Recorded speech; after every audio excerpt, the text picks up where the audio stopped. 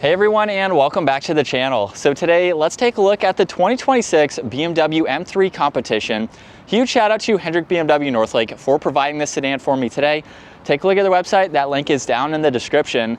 This M3 comp is finished off in Alpine White, and the MSRP is just over $96,000. This is powered by the 3-liter twin-turbo inline-6 paired to the 8-speed automatic. It pumps out 523 horsepower, 479 pound-feet of torque. That power sent through the xDrive all-wheel drive system, propelling this nearly 4,000-pound sedan from 0 to 60 in BMW's claimed 3.4 seconds. We have seen quicker times of under 3 seconds. Top speed is 180 miles an hour. It also has a fuel capacity of 15.6 gallons. You'll expect to see 16 miles per gallon in the city and 23 out on the highway. This also has a wheelbase of 112.5 inches. Its overall length is 189.1. It has a width of 74.3, a height of 56.6, and its ground clearance measures in at 4.8 inches. Now, as we move on to the exterior styling, this model has a lot of gloss black for the exterior.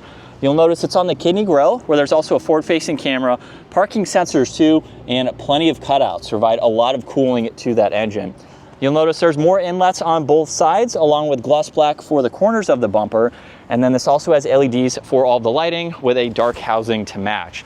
And then you'll notice too, off the top of the grille, there's the subtle lines that go down the hood just to blend it in and give it a great look.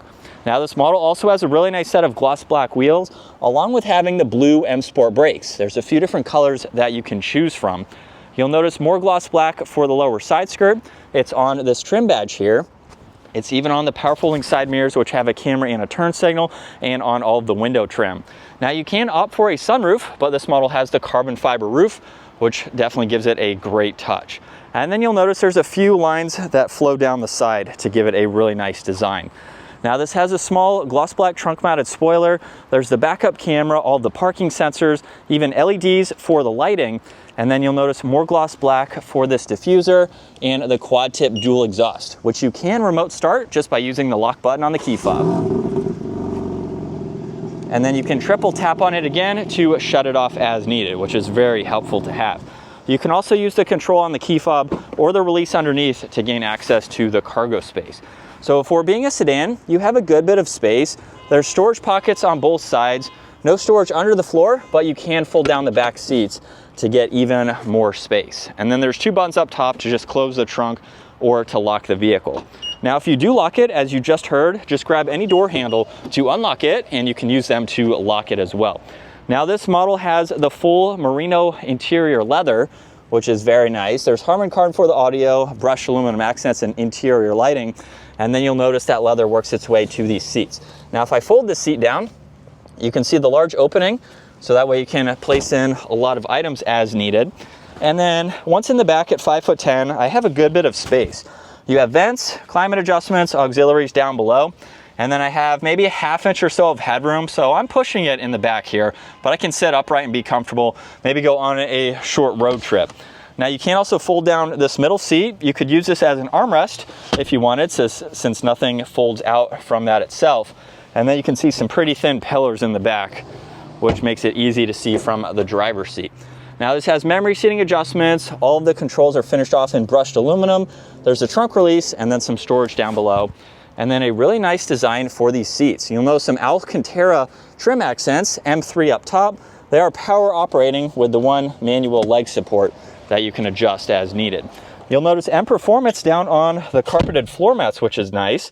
And then let's start this up and take a listen to how it sounds.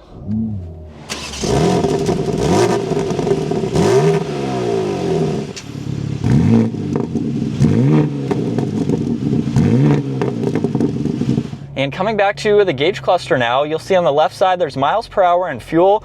On the right, there's tach and engine temperature. Now, you can go through some more of this info using this button over on the right side, where there's also volume tuning, Bluetooth, and voice commands. So as we look at the content now, you can scroll through all of this information, just depending on what you would like to see front and center, which is very helpful, especially with the amount of information that you can go through. And then you can also go into the head-up display. There's a few different settings depending on that information that you would like to see.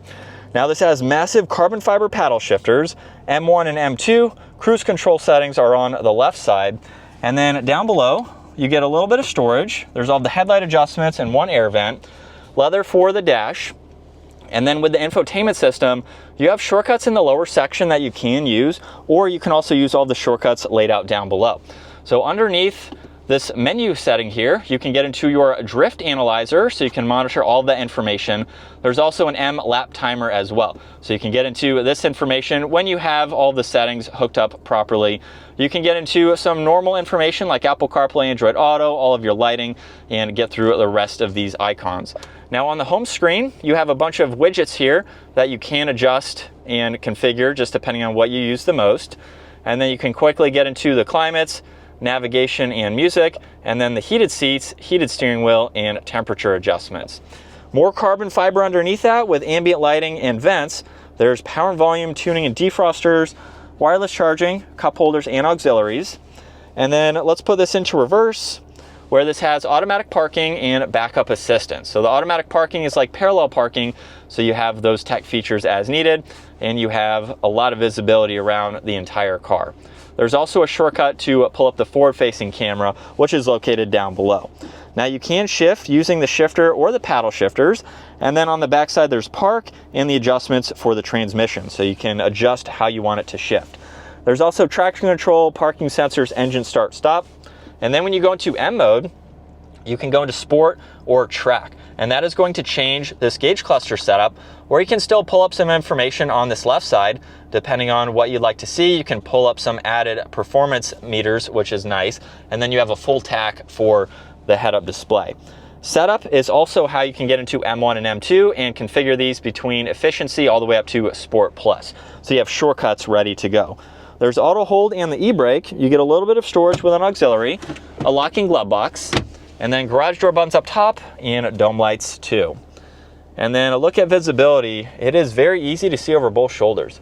So you have quite a lot of glass for this sedan. As we set up behind the wheel now for the M3 competition, the 2026 is the last model year for this generation for the M3. So 2027, we will see something most likely completely different. Maybe we'll still see the same screen just with some different tech features available or updated software, but we're also going to see potentially a full EV of the M3 along with some hybrid power plants too. So hopefully they still keep the raw driving experience that this vehicle has to offer. The EV, in my opinion, probably isn't something that BMW owners want. Personally, I would rather have the manual that I just drove or this competition. If they added a hybrid system to it just to get some more power, that would be great. Not really too excited about the EV, to be honest, but if that is something that you're looking for, I'm sure it'll be a quick vehicle. So personally, I like how this M3, this generation, is laid out. There's really no changes to the 2026 compared to the previous models, since they are doing a full update for 2027. But this is a fantastic performance-oriented vehicle. This is something that we've been able to drive for a week at a time, and it would be a great daily driver. I know a lot of people would prefer the M340 as a daily driver, but I see no issues daily driving the M3 here. You do have some suspension settings that you can go into just depending on how you want the vehicle to drive. And along with that, you have transmission settings. So that control that I mentioned earlier, you can actually adjust how quickly you want the vehicle to react. So right now I have it in the quickest shifts possible. So whether the vehicle does it or I do it using the paddle shifters, they're going to be instant and very quick here, where you can feel just the raw characteristics that this vehicle has to offer. Now, if you tone it down to setting 1, where either the vehicle does it or the paddles do it, it's a little bit more laid back, just like a normal vehicle in a sense.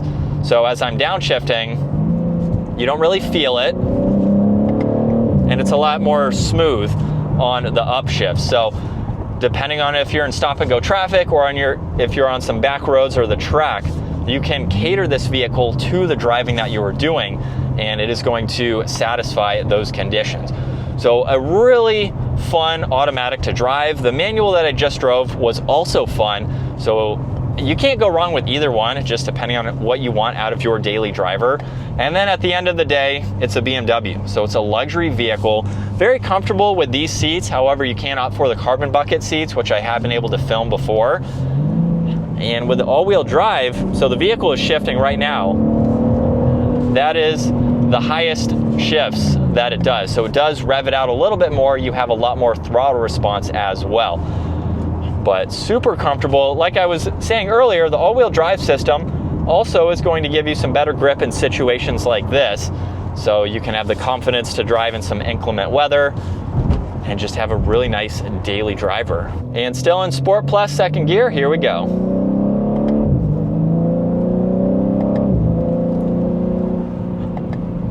And you can hopefully see maybe kind of the lurch that you get, just a little bit of drama there in the quickest shifts, and then it is a little bit more smooth in the slower shifting settings. But this is what it's like to be behind the wheel for the last generation of this M3. Definitely a really nice design. I know a lot of people weren't a huge fan of this large screen.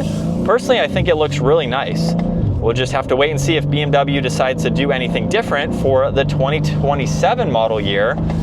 But you have so many different ways that you can currently configure the M3. We've been able to show a lot of different specs, a lot of different pricing, and just what you can get. So you really can individualize your M3 to the options that you want, the color scheme that you want.